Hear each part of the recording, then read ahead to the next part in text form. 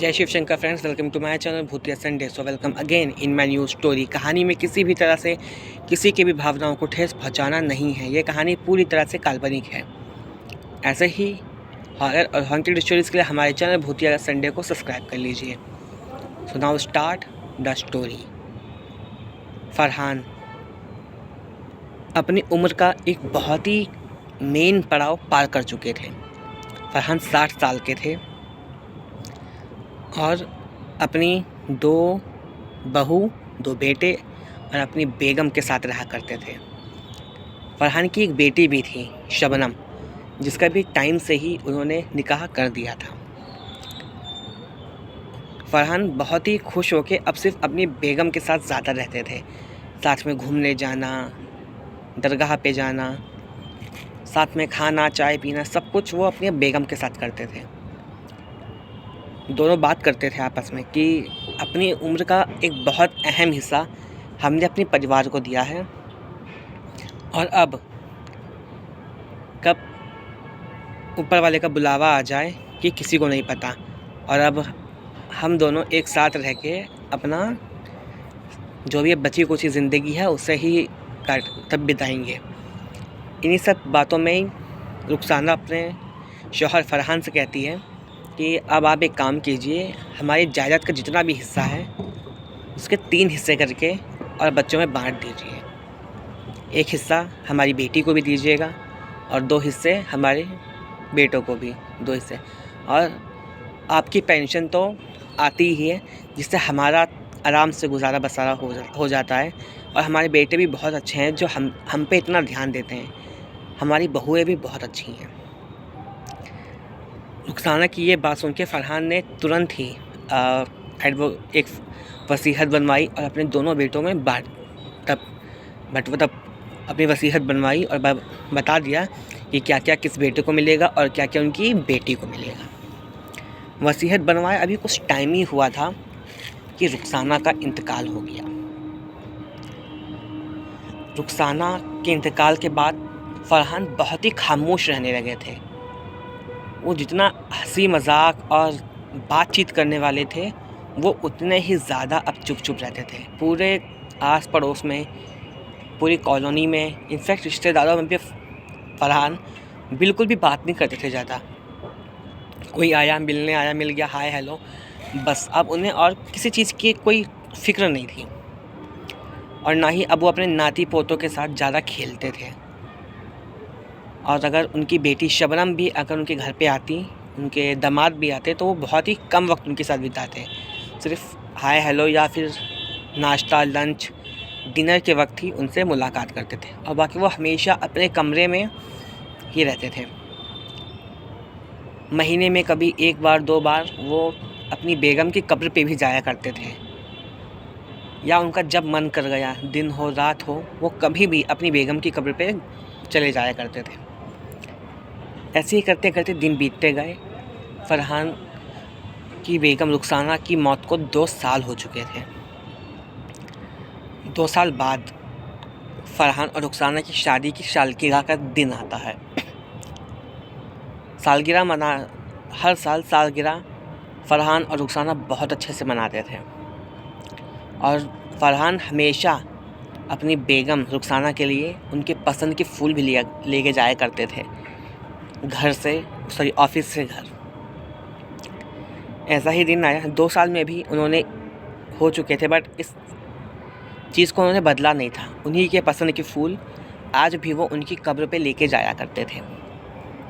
उनकी शादी का दिन था। दिन में उनकी तबीयत ख़राब हो जाती है। वो उनको तब उनकी कोई फैमिली में से कोई भी उनको कब्र पे नहीं जाने देता है। रात का एक काफ़ी हिस्सा बीत चुका था।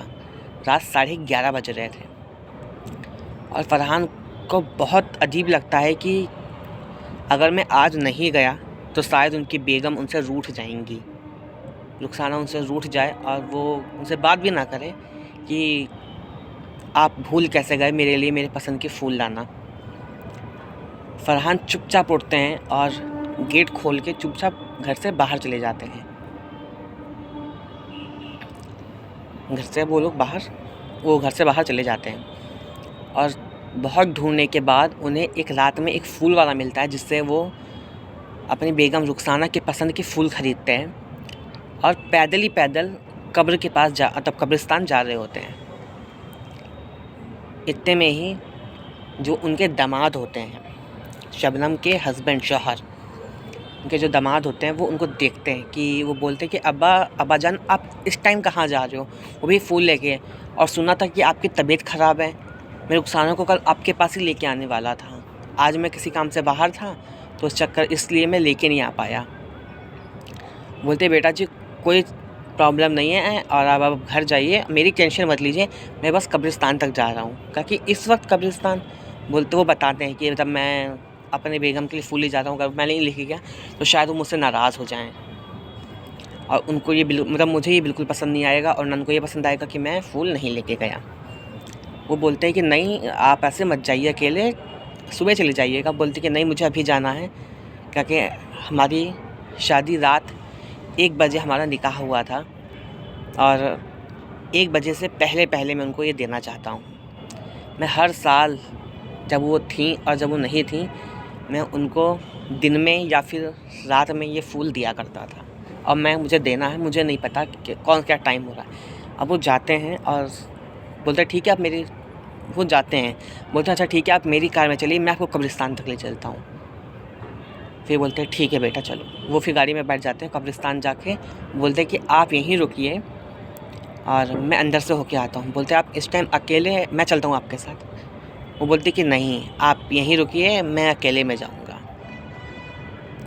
अब वो कब्रिस्तान जाते हैं और फ़रहाना की जहाँ कब्र होती है वहाँ पे फ़रहाना से माफ़ी मांगते हैं कि माफ़ करना, बहुत देर हो गई मुझे ये फूल लाने में, मगर देखो अभी 1 नहीं बजा है, 1 बजे में भी पूरे 15 मिनट बाकी हैं। हमारे निकाह के समय से पहले ही मैंने आपको ये फूल दे रहा हूँ, इसे लीजिए। और वहाँ पे बैठ के वो दुआ करने लगते हैं।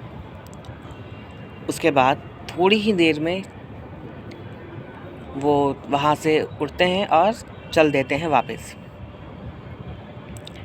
वो वहाँ से आते हैं और बहुत ही चुपचाप उनका दामाद उनके घर पे छोड़ देते हैं और वो चले जाते हैं गेट से ही। वो चुपचाप घर से जब घर में एंटर करते हैं, इतने में उनकी बहू उनको देख लेती है। वो बोलती है अब्बा जान आप इस टाइम कहाँ से आ रहे हो। वो बताती है कि बस मैं ऐसे ही बाहर टहलने गया था। क्योंकि आप सब तबीयत आपकी ठीक है, आपको कुछ चाहिए मैं कुछ दे दूँ, आपको भूख लगी है मैं कुछ बना दूँ। वो बोलते हैं नहीं अब जाओ और तुम सो जाओ। फिर बोलते हैं ठीक है, क्योंकि अगर आपकी तबीयत नहीं ठीक है तो मैं डॉक्टर को बुला दूँ, आप कुछ तो बताइए। क्योंकि नहीं आप जाइए, आप सो जाइए और मैं ठीक हूँ एकदम। वो जाके सो जाते हैं। अगले ही दिन सुबह फरहान एक महिला को घर में लेके आते हैं अपने साथ। वो सुबह मॉर्निंग वॉक के लिए जाया करते थे, घूमने के लिए। वहाँ से जब वो आते हैं तो एक महिला को लेके आते हैं और वो बोलते हैं कि ये हमारी ख़ास दोस्त हैं और आपकी अम्मी की तरह ही हैं ये। सबको ये बात सुन के बहुत हैरानी होती है, मतलब आपके ख़ास दोस्त हैं, अम्मी की तरह हैं, हाउ इट इज़ पॉसिबल। तब आज तक तो आपने हमें कभी इन दोस्तों नहीं मिलवाया। फिर बोलते हैं कि आज मिलवा दिया ना बस। अब सब बोलते हैं चलो ठीक है, और वो अपने कमरे में फिर वो बोलते हैं कि ठीक है आप बैठ जाइए दस्तरखान पे, आप नाश्ता कर लीजिए। फिर फरहान उस महिला को अपने साथ अपने कमरे में ले जाते हैं। फिर सब ये देख के बहुत हैरान होते हैं कि तब ये ऐसे कैसे किसी भी लेडी को अपने कमरे में ले जा सकते हैं, और आज तक इनकी इजाज़त के बिना हम बहुएँ इनके कमरे में नहीं गईं और ये ऐसे किसी को भी ले जा रहे हैं, ये तो अच्छी बात नहीं है। उनके बेटे को भी बहुत खटकता था ये चीज़ कि यार ये क्या चीज़ है। सुबह फिर दोपहर तक उनकी बेटी शबनम भी आती है और अपने भाइयों से मिलती है, भाभी से मिलती है और बताती है कि ऐसी चीज़, वो बताते हैं कि ऐसी चीज़ है। बोलते हैं क्या, बहुत हैरान हो जाते हैं। फिर वो आवाज़ मारते हैं कि अब्बाजान मैं आई हूँ, आइए। तो उस लेडी के साथ ही बाहर आते हैं और बोलती कि ये कौन है अब्बाजान। बताते हैं तुम्हारे भाइयों ने तो बता ही दिया तुमको, फिर क्या पूछ रही हो हमसे तुम। बहुत वियर्डली उनको भी जवाब देते हैं। बोलते हैं कि और एक बात बताओ, ये रात भर घर के बाहर बैठी हुई थी, तुम में से किसी को भी होश नहीं आएगा गेट खोला है तो इनको घर में बुला लें? वो तो मैंने नज़र पड़ गई जब मैं वापस शहर से वापस आ रहा था, नहीं तो नज़र पड़ गई अचानक से इनके ऊपर, नहीं तो ये शायद बैठी रह जाती। सब बोलते हैं कि नहीं हमने तो देखा नहीं, ये है वो है। फिर वो कहते हैं कि बहस मत करो, ठीक है। फरहान बोलते हैं कि अब्बा हम लोग आज फरहान के जो बेटे होते हैं वो बोलते हैं कि अब्बा आज हम लोग अम्मी की कब्र पे जा रहे हैं दुआ पढ़ने के लिए, क्या आप चलेंगे? इतने में बोलती है शबनम बोलती है कि अब्बा कल गए तो थे रात में। वो बताती कि इनके दामाद, उन्होंने जब उसके शबनम के शौहर ने सब बताया तो सब कुछ बताती कि ऐसी ऐसी बात है। फिर बोलती कि आपने बताया क्यों नहीं, आप अकेले चले गए? और उनकी बहू बोलती है मैंने पूछा तब भी नहीं बताए। बोलते कि हाँ मैं बता रहा, तुम लोग परेशान हो जाते, ये है वो है। उन्होंने बात टाल दी वहाँ पे। फिर जो रुखसाना की बड़ी बहू शबनम की जो बड़ी भाभी थी, उन्होंने बोला कि शबनम को कि शबनम चलो हम दरगाह होके आते हैं, और आपकी छोटी भाभी तो नहीं जाएंगे दरगाह, उनका आज मन नहीं है। वो बोलती हैं हाँ मेरा आज मन नहीं है, मेरी तबीयत भी ठीक है, मैं नहीं जाऊँगी, आप दोनों दरगाह हो आइए। और बोलती हैं कि अपने और बोलती हैं कि ये दोनों भाई और आपके शौहर अम्मी की कब्र पे जाएंगे दुआ पढ़ने के लिए। और वो लोग अपने अब्बा को भी ज़बरदस्ती ले जाते कि नहीं चलिए चलिए चलिए। अब घर में सिर्फ वो बसती हैं जो महिला को लेके आए थे, और कोई भी उनको पसंद नहीं कर रहा होता है, सब मतलब मुँह ही बना रहे होते हैं उनको देख के, उसको देख के।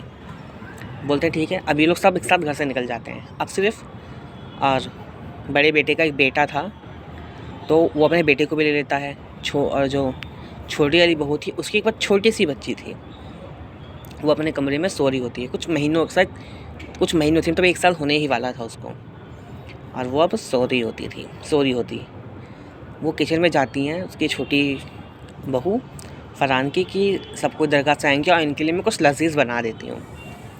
अब वो जैसे बनाने जाती हैं तो वो क्या कहते, उन्होंने फ्रिज में गोश्त रखा था, सोचती कि मैं गोश्त रखा सबके लिए मैं कबाब बना देती हूँ। जैसे वो किचन खोलती हैं फ्रिज, देखती कि पूरी प्लेट में गोश्त नहीं है, सिर्फ हड्डी बाकी है। बोलती ये कैसे, मैं तो सोचा था कि मैं कबाब बनाऊंगी तो पहले गोश्त को बॉईल करूंगी और उसके बाद हड्डी निकाल दूंगी, अबे पहले ही किसी ने हड्डी निकाल दी है। फिर सोचती कि कीमा कबाब बनाने के बारे में सोचा किसने था। फिर देखती है तो पूरे घर में, मतलब कहीं भी, पूरे किचन में कहीं भी तो नॉनवेज रखा ही नहीं होता है। और वो जो गेस्ट आई थी वो उनके हाथ को स्मेल करती हैं, मतलब उनके हाथ को देखती हैं तो उनके हाथ में को ना अजीब सा लगा होता है। बोलती आपके हाथ में कुछ लगा है, आप अपने हाथ को धो लीजिए। फिर जैसे वो जब धोती हैं तो छोटे छोटे पीसेस जो नॉनवेज के थे उनके हाथ से छूट के वो गिर रहे थे। फिर बोली कि अगर आप रात में बाहर थी तो आपका आवाज़ क्यों नहीं मारा? क्योंकि मैंने आवाज़ लगाई थी बट किसी ने खोला नहीं गेट। वो बोलती हैं अच्छा।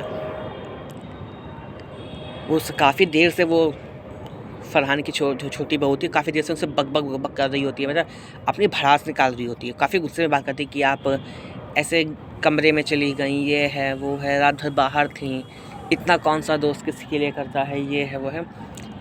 इतने में ही वो बोलती है कि अपना मुंह बंद रख, बहुत रूडली। और वो एकदम से शॉक हो जाती है कि आप ऐसे कैसे हमसे बात कर रही हैं। और फिर वो अपने असली रूप में आती है। फरहान की जो दोस्त बन के आई थी वो एक बहुत ख़तरनाक चुड़ैल थी। चुड़ैल की भी कोई कौम में से बहुत ख़तरनाक थी जो अपना भेष बदल ले रही थी। मतलब उस पहले तो बहुत सुंदर लेडी बनी हुई थी, उसके बाद अब उसने अपना फेस तुरंत अपना असली रूप दिखाया। बहुत गंदा सा उसका चेहरा, एकदम वाइट, आँख एकदम वाइट, और आँख के आसपास पूरा काला काला गड्ढे, होंठ पूरे काले, बाल बिखरे हुए, शरीर एकदम पतला सा, हाथ पैर एकदम सफ़ेद पड़े, नाखून एकदम काले हो रखे और दांत बहुत बड़े बड़े और बाहर निकले हुए, बाहर की तरफ निकले हों, एकदम आदमखोर की तरह, बहुत अजीब सा। और वो देखते ही फरहान की छोटी बहू एकदम से गिर के चिल्लाने लगती है, बोलती है, देख लिया ना, बहुत देर से चिल्ला रही थी, तेरा ससुर मेरा खाना है और आज ही रात में उसको मारूंगी, और तुझे नहीं मरना ना तो इस घर से निकल ले और उस घर में किसी को आने मत दियो, सिर्फ अपने ससुर के सिवा। वो मेरे कब्ज़े में अभी, नहीं तो तुम के सब मारे जाओगे। तेरी छोटी बेटी भी लेटी हुई है ना, देख ले, जिंदा है, मर गई। वो बहुत तेज़ एकदम डर के जाती है, उनकी हार्ट बीट बहुत तेज़ होती है उसकी छोटी बहू की, फरहान के, और देखती है तो उसकी बेटी एकदम सही सलामत होती है। अपनी बेटी को उठा के और बिना कुछ सोचे वो घर से बाहर निकलती हैं और सीधा दरगाह पे जाती हैं। और वो अपनी जेठानी और नंद से दोनों से मिलती हैं और बहुत रो रही होती हैं। वो बोलती है, क्या हो गया, तुम रो क्यों रही हो, सब ठीक है, क्या हुआ, और आप तो दरगाह नहीं आने वाले थे, क्या हुआ। वो बताती ऐसी ऐसी बात है कि क्या। फिर वो अपने शौहर, जो उनकी बड़ी बहू होती है, अपने शौहर को कॉल करती हैं कि आप कहाँ पे हो। वो बोलते हैं, हम लोग बस कब्रिस्तान से बाहर ही निकल रहे हैं। बोले कि सीधा दरगाह पे आइए, जल्दी से जल्दी, 1 मिनट की भी देरी मत कीजिएगा आप। वो लोग तुरंत दरगाह पे जाते हैं और जो उनके शौहर फादर होते हैं वो बोलते हैं कि मैं नहीं जा रहा, मैं घर पे जा रहा हूँ। वो उनको लेके नहीं आ पाते। अब वो ज़बरदस्ती घर पे जाते हैं और वो दोनों भाई फिर दरगाह पे आते हैं, और जो उनके बहन के शौहर थे वो भी दरगाह पे ही आते हैं। वो बताती हैं कि ऐसी ऐसी बात है। वो सब बोलते हैं कि क्या तुम पागल हो गई हो, हम लोग उनको नहीं पसंद करें, इसका मतलब ये नहीं कि हम उस पर कुछ भी इल्ज़ाम लगाएंगे। वो भी चुड़ैल होने का, मतलब एक बदरू होने का। बोलते कि हाँ, मैं सच कह रही हूँ, आप यकीन कीजिए। यही बात दरगाह के बाहर खड़े होकर कर रहे होते हैं और एक बाबा सुन लेते हैं। वो बोलते हैं कि एक बहुत ख़तरनाक जिन्नी है, वो चुड़ैलों से भी ज़्यादा खतरनाक। वो बहुत ज़्यादा एकदम शॉक हो जाते हैं कि क्या। वो बोलते हैं कि हाँ, वो बहुत चीज़ें बताते हैं कि बहुत ख़तरनाक है, ये है, वो है। अगर उन्होंने ये कहा है कि आज रात को अपने अब्बा को नहीं छोड़ेगी, तो मतलब नहीं छोड़ेंगी। आपके अब्बा के पास अब बहुत कम समय है, वो घर ही गए होंगे। वो बोलते हैं कि दरगाह के पास में ही एक छोटा सा मज़ार है, वहाँ पे एक बाबा रहते हैं, वहाँ चलिए, इसका हल उन्हीं के पास होगा। अब वो मज़ार जहाँ पे था, दरगाह से थोड़ी, मतलब ज़्यादा भी नहीं, 1-1.5 किलोमीटर के अंदर ही वो मज़ार थी। अब वो वहाँ पे जाते हैं मज़ार पे और बाबा से मिलते हैं, बाबा को बताते हैं कि ऐसी ऐसी बात है। बाबा बोलते हैं, ठीक है, अंधेरा होने से पहले हमें तुम्हारे घर चलना होगा, साथ में मिठाई और इत्र ले लेना, और हो सके तो किसी जानवर का या बकरे का खून, किसी का भी खून ले लेना। तो वो एक किसी जानवर का खून वगैरह लेके आते हैं और इत्र मिठाई लेके जाते हैं, बाकी सामान बाबा अपने साथ लेके आते हैं। अब उस बदरू को बाहर निकालने के लिए वो मिठाई और इत्र को फेंकते हैं ताकि उसकी खुशबू उस तक जाए, और काफ़ी सारा खून वहीं पे गिराते हैं कि आओ और इसको देखो, ही तुम्हारे लिए हमने रखा है, खाओ। और वो खुशबू सूंघ के तुरंत वो जिन्नी, जो भी वो बदरू थी, वो तुरंत बाहर आती है अपने असली रूप में। और जैसे ही वो बाहर आती है गेट से बाहर, वैसे ही पीछे खड़े 2 बाबा के जो साथ गए थे वो तुरंत आते हैं और उसको, मतलब कोई पाक पानी, उन पे जमजम का पानी छिड़कने लगते हैं। बाबा काफ़ी सारी दुआएं पढ़ते हैं, काफ़ी सारी चीज़ें करते हैं और उसको एक बॉटल में कैद कर लेते हैं और बोलते हैं कि हमने इसको कैद कर लिया है, ये आपके अब्बा का कुछ नहीं कर सकती, ना आपके पूरे परिवार का। और उस बॉटल को अच्छे से लॉक करते हैं, तब सील करते हैं, फिर उसको काफ़ी डिब्बों में पैक किया जाता है और बोलते हैं कि इसे या कि तो बहुत ज़्यादा अंदर दफना दीजिए या किसी बहुत गहरे और बंद कुएं में फेंक दीजिए ताकि इसको कोई खोले ना। खोलने पे हो सकता है कि ये बाहर आए और आपके परिवार पे दोबारा अटैक करे। वो जैसे उन्होंने बताया वो वैसे ही करते हैं, बाबा के कहे अनुसार चलते हैं और सब कुछ ठीक हो जाता है। बट वो बताते भी हैं कि ये कैसे आई। तो कहते हैं कि रात में कभी भी कब्रिस्तान मत जाइएगा। बोलते हैं जैसा आप कहें बाबा, और सब कुछ ठीक हो जाता है। ये कहानी यहीं पे ख़त्म होती है। कहानी कैसी लगी कमेंट्स में ज़रूर बताइएगा। तब तक के लिए गुड बाय और मिलते हैं नेक्स्ट संडे।